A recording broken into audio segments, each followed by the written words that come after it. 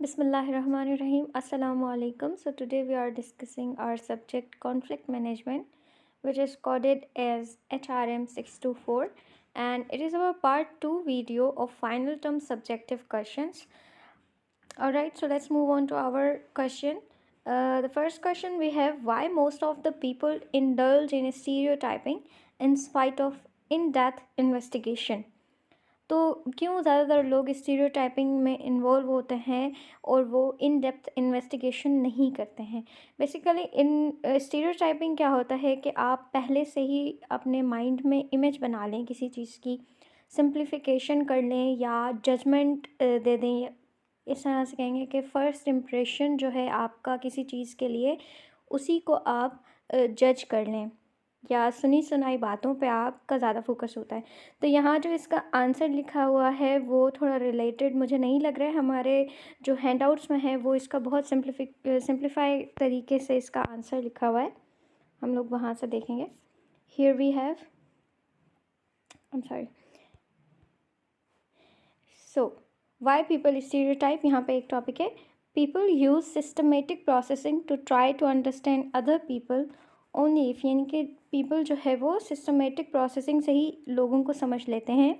अगर दो सूरत हैं इसकी, पहले हम पढ़ेंगे, they have plenty of time and resources to devote to the task. अगर लोगों के पास बहुत ज़्यादा टाइम है और रिसोर्सेज हैं उस टास्क पे लगाने के लिए, तब वो अच्छे तरीके से अंडरस्टैंड करेंगे, अनलेस वो जो है स्टीरियोटाइप की तरफ जाएंगे। Second condition we have, they are highly motivated to understand the situation accurately, या उनका बहुत माइंड बना हुआ हो अगले की सिचुएशन को अच्छी तरह समझने के लिए, तब वो जो है आपको अच्छे से बेटर तरीके से अंडरस्टैंड करेंगे, वरना वो स्टीरियोटाइप ही करेंगे। यहाँ लिखा हुआ है, in the absence of these two requirements people will use categories such as stereotypes to draw inferences about people. जब ये दो कंडीशंस नहीं होंगी, एब्सेंस होंगी, तो जो है जो लोग हैं वो कैटेगराइज करेंगे स्टीरियोटाइप तरीके से, यानी कि सुनी सुनाई बातों पे ही वो आपके लिए अपनी अंडरस्टैंडिंग बना लेते हैं। Okay, let's move on to our next question. Here we have, in which situation mediation is recommended the most? ये क्वेश्चन हम लोग प्रीवियस अपनी वीडियो में कवर कर चुके हैं, और यहाँ पर जो इसका आंसर लिखा है वो बिल्कुल एक्यूरेट नहीं है, मगर पिछली वीडियो में जो इसका आंसर था वो बहुत एक्यूरेट था। यहाँ दो डिफरेंट टर्म लिखी हुई हैं, हम उसी का ही क्वेश्चन यहाँ पे बना लेते हैं, that what is mediation, and second we have, when is mediation required. So okay, mediation क्या होता है? Mediation is second class justice.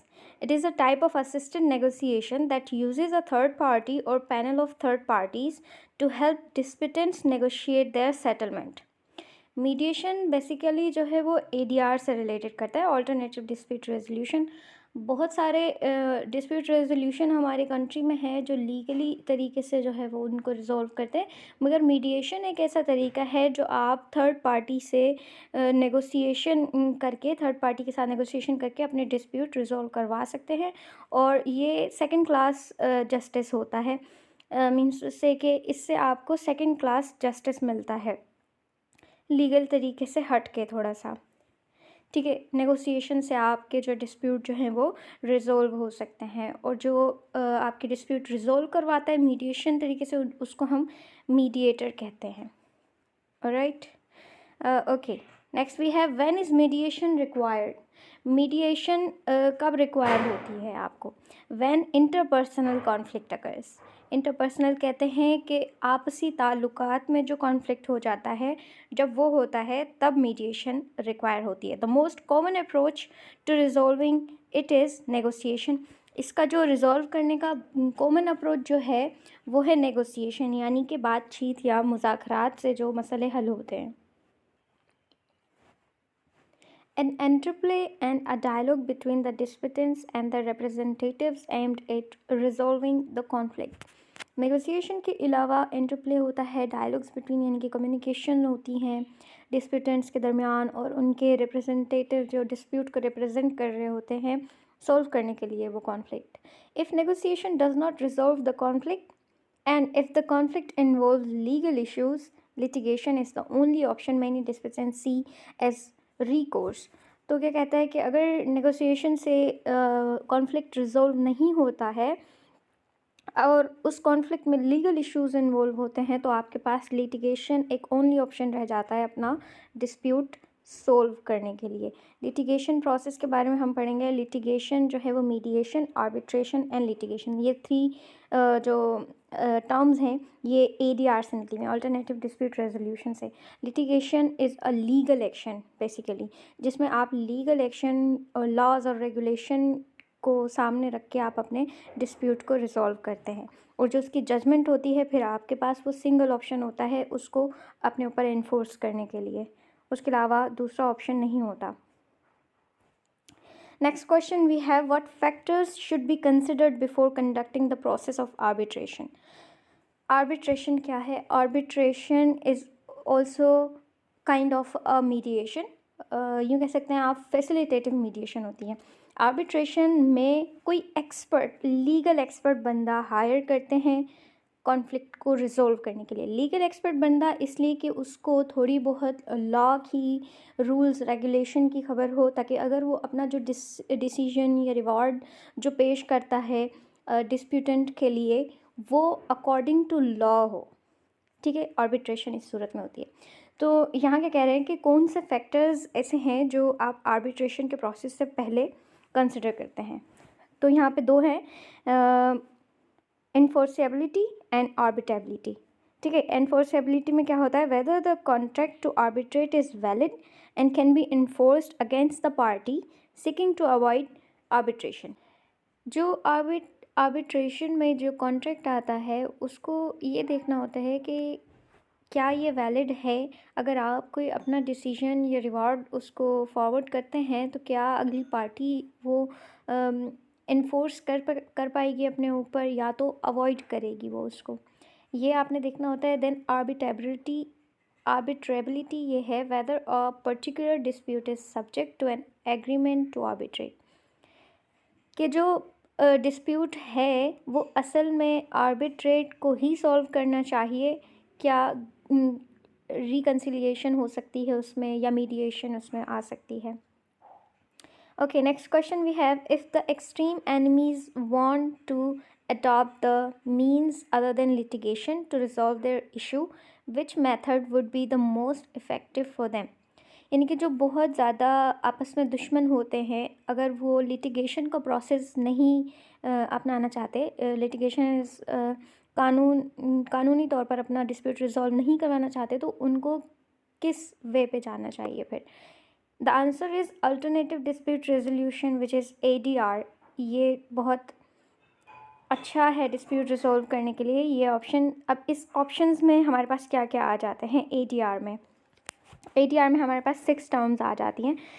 First is negotiation. Negotiation ये है कि हम लोग बात करके, मुज़ाकरात करके, कम्युनिकेशन से ही अपने डिस्प्यूट रिजॉल्व करें। मीडिएशन में जो है एक थर्ड पार्टी आ जाती है, न्यूट्रल थर्ड पार्टी होती है, जो आप अपने खैर ख्वाह को बना सकते हैं, अपने एल्डर्स को भी बना सकते हैं, मतलब जो आपको फैसिलिटेट करे या आपके डिस्प्यूट को रिजॉल्व करवाने की कोशिश करे। कंसिलिएशन में आ जाती है कि आप अगर तो एंग्रीनेस है, गुस्सा है दो पार्टीज़ के दरमियान, तो कंसिलिएशन करवाई जाती है उनके बीच में। आप इंटरप्रेटर का काम करते हैं, कम्युनिकेशन करवाते हैं उनकी। Fourth one we have arbitration. ये आर्बिट्रेशन हम लोग अभी पढ़ के आए हैं। आर्बिट्रेशन जो है उसमें एक लीगली एक्सपर्ट बंदा हायर करते हैं जिसको थोड़ी बहुत लॉ एंड रूल्स रेगुलेशन की नॉलेज हो, वो आपके मसले सॉल्व करते हैं। Then we have adjudication. Adjudication को आप कोर्ट वगैरह से रिलेट कर सकते हैं, बिकॉज इसमें एविडेंस और प्रूफ के बुनियाद पर जो है वो आपका फ़ैसला लिया जाता है। Then we have again conciliation. तो कंसिलिएशन के बारे में ये थोड़ी सी यहाँ पे डेफिनेशन इसकी है, best method for extreme enemies to resolve the dispute without going to court is conciliation. Conciliation ये हमने पढ़ा थर्ड पार्टी होती है, न्यूट्रल थर्ड पार्टी होती है, और जो है वो आपस में आपकी कम्युनिकेशन को बेहतर बनाती है और आपकी बात उन तक पहुँचाती है पॉजिटिव तरीके से। इससे जो है वो काफ़ी मसले हल हो जाते हैं। तो ये एक बेस्ट तरीका है इन सारे तरीक़ों में कंसिलिएशन का। Okay, let's move on to our next question, which is describe a situation in which avoidance could be the best possible solution. Avoidance जो है वो कौन से सिचुएशन में बेस्ट पॉसिबल सोल्यूशन होता है? तो avoiding a conflict involves just letting it go and pretending it does not exist. मतलब किसी भी कॉन्फ्लिक्ट को अवॉइड करने का यही तरीका है कि बस उसको जाने दिया जाए, दरगुजर कर दिया जाए और ऐसा सोचा ही नहीं जाए कि कुछ मसला हुआ भी था। Avoidance does not consider either parties view and essentially dismisses the conflict altogether as unimportant or unworthy of consideration. Avoidance might work in a conflict if a larger argument may arise or the situation lacks real importance. तो avoidance आप वहाँ use कर सकते हैं जहाँ पे आपको ऐसा लग रहा है कि बस आर्ग्यूमेंट हो रहे हैं, खामखा के आर्ग्यूमेंट्स बढ़ गए हैं, पीछे जो बात है वो इतनी इम्पोर्टेंट है ही नहीं। तो उस सूरत में आप बेस्ट पॉसिबल सोल्यूशन यही होगा कि कॉन्फ्लिक्ट को आप अवॉइड किया जाए कि जैसे वो हुआ ही नहीं है। Next we have what steps should be followed after the arbitration process of making it successful. अच्छा, अब आफ्टर आर्बिट्रेशन क्या हम लोगों को फॉलो करने चाहिए steps? Here we have 4 steps. Enforcement of arbitration award, जो भी अवार्ड या जो भी आर्बिट्रेशन अवार्ड यही होता है। अवार्ड में यही आता है कि आपका डिसीजन, जो भी डिसीजन आपने लिया है वो इन्फोर्स किस तरह आपने करना है। और रिव्यू ऑफ आर्बिट्रेशन रिवॉर्ड, उसके रिव्यूज़ भी लेने हैं जो आपने डिसीजन दिया है आर्बिट्रेशन प्रोसेस में। Then choice of law during arbitration, choice of law पता होनी चाहिए कि अगर किसी का डिस्प्यूट है तो वो कौन से लॉ के तहत वो अपना डिस्प्यूट रिजॉल्व करवाना चाहता है। Then choice of law in matters of enforceability, arbitrability and reviewability. शुरू में जो हमने बिफोर आर्बिट्रेशन स्टेप्स पढ़े थे उनमें भी जो है आप चॉइस ऑफ लॉ मैटर करता है। Next question we have what are the main differences between facilitative and evaluative mediation. ये हम लोग लास्ट वीडियो में कवर कर चुके हैं मगर इतना डेप्थ तरीके से नहीं किया था। Alright, in facilitative mediation, the mediator's primary function is to promote effective negotiation or dialogue. तो फैसिलिटेटिव मीडिएशन में यही होता है कि जो मीडिएटर का प्राइमरी फंक्शन होता है वो फैसिलिटेट करना होता है। इफ़ेक्टिव नेगोशिएशन मींस के कम्युनिकेशन बेहतर करनी पड़ती है और जो भी बात नहीं मालूम होती है डिस्प्यूटेंट्स को वो आप उनको बताते हैं और भी मतलब हेल्पफुल तरीका कोऑर्डिनेशन इसमें होती है facilitative mediation में। evaluative mediation, in evaluative mediation the mediator's primary function is to narrow the gap between the positions taken by the two disputants. Evaluative mediation assumes that negotiation will be a process of positional bargaining. Alright, evaluative mediation में क्या होता है कि demand जो भी होती हैं disputants की उनके गैप को नैरो करता है मीडिएटर, उनकी डिमांड्स को कम करता है कि आपकी ये डिमांड सही नहीं है और आपकी ये डिमांड सही है। तो आप इस तरह मतलब कम्युनिकेशन के पोजिशनल बारगेनिंग होती है उसमें कम्युनिकेशन के थ्रू, और उसमें आप बैठना का यूज़ करते हैं। यहाँ पे एक वर्ड यूज़ हुआ है, बैठना is best alternative to a negotiated argument. ये हम इसके बारे में एक नीचे क्वेश्चन भी आ रहा है, इसको डिटेल में पढ़ेंगे। तो इवेल्यूएटिव मीडिएशन बेसिकली वही होती है जिसमें आप इवेल्यूएट करें आइडियाज़ अपने मीडिएशन में और वो आप अपने डिस्प्यूटेंट्स पे फिर डिसीजन इन्फोर्स कर सकें। Okay, so our next question is give an example of stereotype and justify it. तो यहाँ पे रिलेटेड नहीं लिखा हुआ है अगेन, तो हम लोग अपने हैंडआउट से इसको जस्टिफाई करेंगे। तो हम पूरा डिटेल पढ़ेंगे स्टीरियोटाइप के बारे में यहाँ पर। So first of all stereotyping होता क्या है? First impressions are important. हम सब ने सुना है that first impression is the last impression. असल में बात ही यही होती है कि स्टीरियोटाइप का मतलब ही यही है कि आप फर्स्ट इम्प्रेशन से अपनी तरफ से बातें अखज़ कर लेते हैं अपने माइंड में कि ऐसा ही होगा, ये जो मैंने पहले देख लिया है यही मेरी जजमेंट है। ऑल ह्यूमन बींग्स स्टीरियोटाइप, सब जो इंसान हैं वो स्टीरियोटाइपिंग ही करते हैं। द प्रोपेंसिटी टू जज people based on stereotype is general practice. पहली बार में ही अपनी तरफ से जजमेंट देना ये एक जनरल प्रैक्टिस है सारे लोगों के दरमियान, और ये ह्यूमन कोग्निटिव सिस्टम में आती है। जैसे इंसान का सोचने का सिस्टम है तो वो स्टीरियोटाइप ही तरीके से सोचता है। इफ़ेक्ट्स ऑफ स्टीरियोटाइप्स क्या क्या हैं? तो 2 major problem exist with this sort of attribution. The attribution that one makes as the result of stereotyping may be totally wrong. अगर तो किसी ने एट्रीब्यूट कर लिया है कोई बात, तो वो उसका जो रिज़ल्ट निकलता है स्टीरियोटाइपिंग का, वो पूरी तरीके से गलत भी हो सकता है, क्योंकि आप फर्स्ट इम्प्रेशन में ही पूरी जजमेंट नहीं दे सकते किसी के लिए. It is shameful to be stereotyped, यानी कि जो है आपको शर्मिंदगी उठानी पड़ सकती है किसी के बारे में स्टीरियोटाइपिंग करते हुए. ठीक है. नाउ स्टीरियोटाइपिंग इन इंटरपर्सनल कॉन्फ्लिक्ट, यहाँ पे देखेंगे स्टीरियोटाइप्स आर ऑफन रॉन्ग. जो इंटरपर्सनल कॉन्फ्लिक्ट हो जाते हैं, आपसी ताल्लुकात में झगड़े जो हो जाते हैं, उसमें जो है स्टीरियोटाइपिंग करना, अपनी तरफ से बातें अखज़ करना, तो वो अक्सर ही गलत होता है. Leading to bad strategy. People are embarrassed when they are stereotyped. शर्मिंदगी उनको उठानी पड़ती है. मेकिंग कॉन्फ्लिक्ट एस्केलेशन लाइकली, यानी कि कॉन्फ्लिक्ट जो है बनता ही स्टीरियोटाइपिंग से है. यहाँ पे एक और हम लोग बात करेंगे, एग्जाम्पल की जो बात हो रही थी वहाँ पे स्टीरियोटाइप की, तो यहाँ पे बहुत सारी एग्जाम्पल्स लिखी हुई हैं स्टीरियोटाइपिंग की. यहाँ पे जैसे है कि main for the field and women for the hearth. Hearth कहते हैं स्पेस अराउंड द स्टोव, यानी कि अगर आदमी जो है वो खेत के लिए बना है, तो जो औरत है वो चूल्हे के पास या चूल्हा करने के लिए बनी है. Main for the sword and for the needle she, यानी कि अगर आदमी तलवार के लिए बना है तो औरत के लिए नीडल बनी है, सुई बनी है. Man with the head and women with the heart, यानी कि जो आदमी है वो सर है, तो औरत जो है वो दिल है. Men to command and women to obey. Men जो है वो कमांड करता है, ऑर्डर देता है, और जो औरत है वो उसको ओबे करती है. ऑल एल्स कन्फ्यूजन, यानी कि ये सारी स्टीरियोटाइप्स हैं, ये अपने तरफ से जजमेंट बनाई हुई हैं लोगों ने, मिथ्स कह सकते हैं इनको. ये इनका जो है वो रियलिटी से कोई भी वो नहीं होता. वुमेन जो कर सकती है वो मैन भी कर सकते हैं, और जो मैन कर सकता है वो वुमेन भी कर सकती है. Okay, let's move on to our next question. What powers are possessed by the JIRGA under Frontier Crimes Regulation of 1901?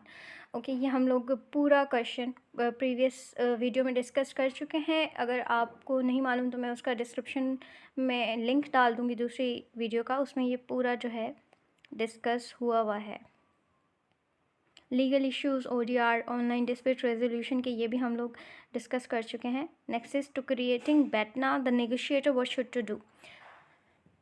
BATNA को क्रिएट करने के लिए नेगोशिएटर को क्या करना चाहिए. BATNA is best alternative to a negotiated agreement या argument. Okay, develop a list of alternatives to a negotiated agreement. Negotiator को, जो नेगोशिएटर का नेगोशिएशन के लिए काम कर रहे हैं नेगोशिएटर, उसको जो है वो लिस्ट बनानी चाहिए अल्टरनेटिव्स की, including the best alternative to a negotiated और एग्रीमेंट. उसमें बेस्ट अल्टरनेटिव भी इंक्लूड होना चाहिए. और बैठना, जिसको हम बोलेंगे if you are a disputant agent or an advocate, develop plans for clarifying these alternatives and improving them. अगर आप जो है वो सॉल्व करवाने वाले हैं, एजेंट हैं या डिस्प्यूटेंट हैं, तो आप जो है उसको इम्प्रूव करते जाएं, अल्टरनेटिव्स को इम्प्रूव करते जाएंगे, क्लैरिफाई करते जाएंगे अल्टरनेटिव्स को, तो आपके पास बैठना आपको मिलेगा, which is best alternative to a negotiated agreement. It is all for today, and it's a request, kindly if you are liking my content, then do like this video and subscribe to my channel for my support, and remember me in your prayers. Thank you.